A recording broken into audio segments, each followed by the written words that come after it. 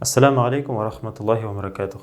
Аллаһ субхана ва тағала изге Ҡуръанда Пәйғәмбәребез саллаллаһу алейхи ва саллям үҙенең һүҙҙәрендә беҙҙе әгәр ҙә яңылышһаҡ, гонаһ ҡылһаҡ, тиҙ арала тәүбәгә һәм истиғфарға килергә саҡыра.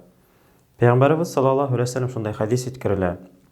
Бер заман бер кеше сәйәхәткә сүллектә сыға ла, алыҫ юлдар үткәс, ағас төбөнә ялтырға туҡтала.